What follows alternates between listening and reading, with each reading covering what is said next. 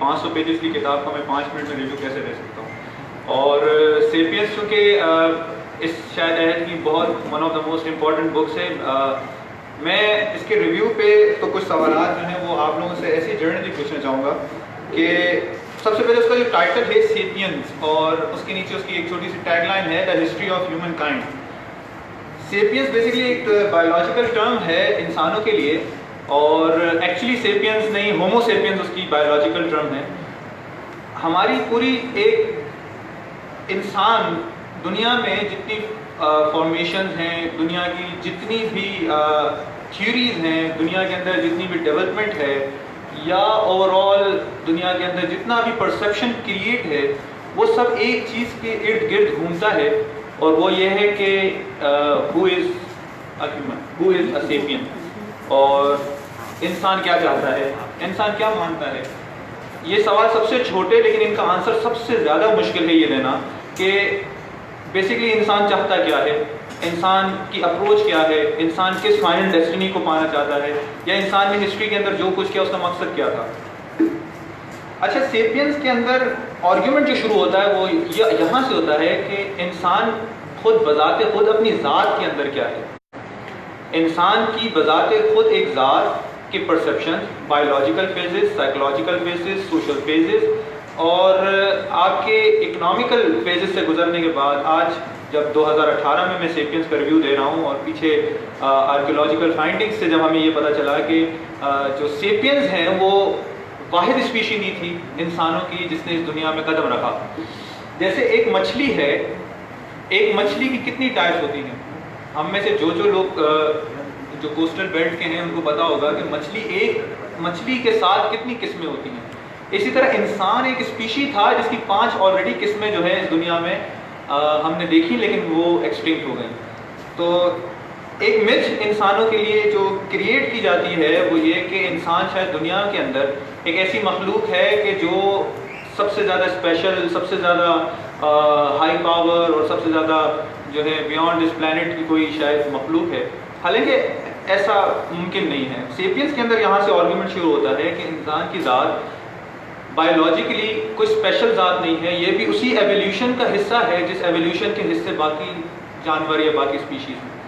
مثال کے طور پہ ایک سوال ایک اور یہاں کھڑا ہوگا کہ ہمارے ایک بہت کامن آرگیومنٹ جب شروع ہوتا ہے کہ جی اگر انسان ایوالو ہوا ہے تو اس کی وہ فیسز جو کہ ایولیوشن میں ہم نے دیکھے وہ کہاں گئے؟ وہ ایکسٹنکٹ ہوئے تو انسان کیوں ایکسٹنکٹ نہیں ہوئے؟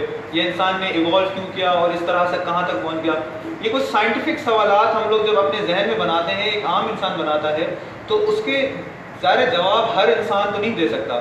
وہ بایولوجیکل ایکسپرٹس ہی ہوتے ہیں جو آپ کو یہ بتاتے ہیں کہ انسان جب ایوالو ہونا شروع ہوا تھا تو اس کے اندر انوائرمنٹ کا اور ساتھ ہی آپ کی ڈائٹ کا بڑا امپورٹنٹ رول تھا. ایک ڈائٹ، ایک گوشت کا صرف کنزمپشن کتنا اس ہسٹری کے اندر ایک انسان کی ذات کی ایولیوشن کے لیے امپورٹنٹ تھا، یہ شاید آپ کو اور ہمیں آج اندازہ نہیں ہے. لیکن جس وقت کی سیپینس نے جس آرگیومنٹ سے اس کو شروع کیا ہے وہ یہاں سے شروع کیا کہ شاید ہی کسی جنگل میں ایک جانور جس کو ہم کوئی بھی آپ ایکس وائی زی نام دیں، آپ اس کو چمپینزی کا ہی اینسیسٹرز کی، کیونکہ ہم نے اور چمپینزیز نے ایک ہی اینسیسٹر کو فالو کیا ہے.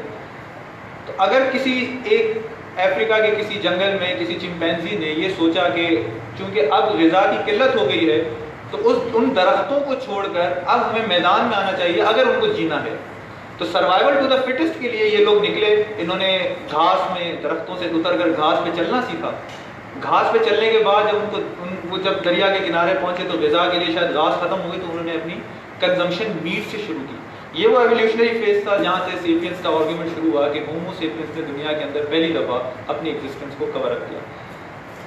اس ایگزسٹنس کی کور اپ کو 2018 کے اندر کئی فیزز سے ہم نے دیکھا. اسی انسان نے سوسائٹیز کو ڈیولپ کیا، اسی انسان نے جو کمیونزم کو، اور پھر اس کے بعد آرگیومنٹ شروع ہوا کہ جی جینڈر انیکویلٹی کیا ہے. میں یہاں پہ ایک آرگیومنٹ کے اوپر بہت امپورٹنٹ جو ہے وہ آپ کو نوٹ ڈاؤن کرواؤں گا. وہ یہ کہتا ہے کہ انسان نے کتنی متس یا کتنی امیجنری سینسز کو مد نظر رکھتے ہوئے جو ہے اپنی دنیا کو تخلیق کیا. ایک آرگومنٹ چھوٹا سا یہ ہے کہ دنیا کی پوری سینٹرل اکانومی جو ہے وہ آپ کی گولڈ کے اوپر مشتمل ہے، سونا. اور سونا کیوں امپورٹنٹ ہے؟